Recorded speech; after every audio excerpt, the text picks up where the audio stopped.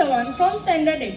Today I am going to speak few words on the birth anniversary of Netaji Subhash Chandra Bose, the hero of Bharat, the great leader. Jai Hind, respected principal, teachers and my dear friends. On January 23rd, 1897, a storm was born in Cuttack.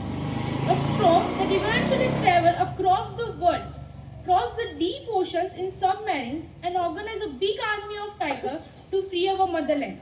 A storm was Netaji Subhash Chandra Bose. Today we celebrate Parakram Divas, the day of valor.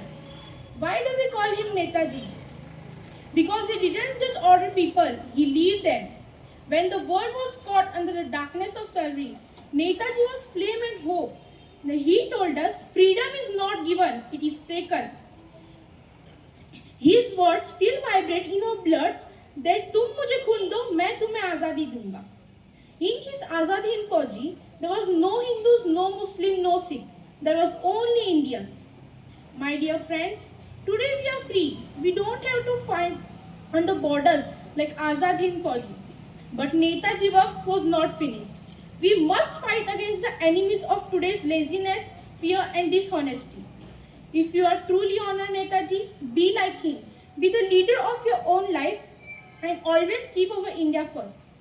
In his life, we teach us three powerful lessons. First, discipline. Second, unity. Third, courage. In his Azad Hind Fauji, there was no Hindu, no Muslim, no Sikh. Let the end this with the slogan of Unit 1.4 people say it so loud that Netaji could be proud of us. Jai Hind, Jai Bharat. Subhash Chandra Bose. तुम मुझे खून दो, मैं तुम्हें आजादी दूंगा. ही केवळ एक घोषणा नव्हती.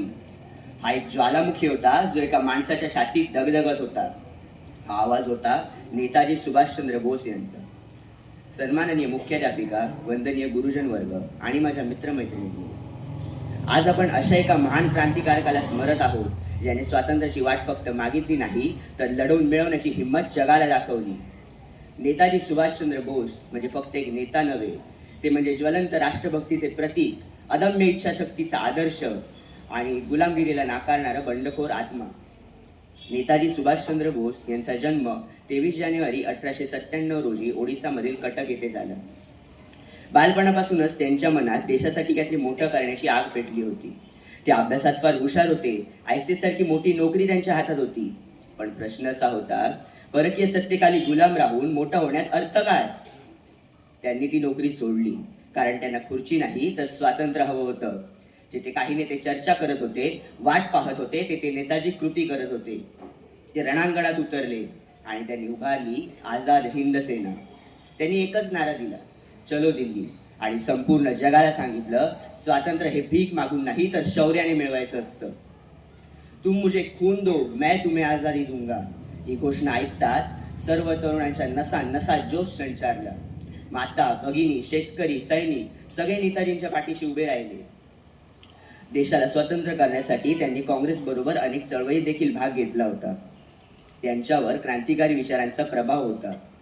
त्यांनी जनतेसमोर केलेली भाषणे म्हणजे पेटत्या मशाली होत्या.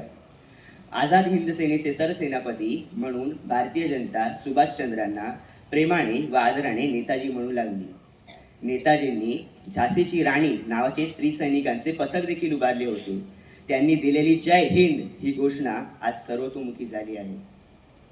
18 ऑगस्ट 1945 रोजी त्यांच्या विमानाचा अपघात झाला. स्वातंत्र्य सेनानी सुभाष बाबूंची स्वातंत्र्याच्या होमकुंडात आहुती पडली. प्रखर बुद्धिमत्ता, साहस, अलौकिक देशभक्ती हे सुभाष बाबूंचे गुण भारतीय जनतेच्या मनात कायमचे कोरले गेले. त्यांचे विचार आजही आपले जिवंत आहेत. जेव्हा आपण अन्यायाविरुद्ध उभे राहतो तेव्हा नेताजी आपल्या सोबत असतात. जेव्हा आपण देशासाठी प्रामाणिकपणे काम करतो तेव्हा नेताजी आपल्यातच असतात. नेताजींनी आपल्याला शिकवलं, स्वातंत्र्य म्हणजे फक्त झेंडा फडकवणे नव्हे तर जबाबदारीने देश घडवणे आहे. एक विचार, एक ध्येय आणि एक निर्धार अख्ख्या देशाचे भविष्य घडवू शकतो. जय हिंद, जय भारत.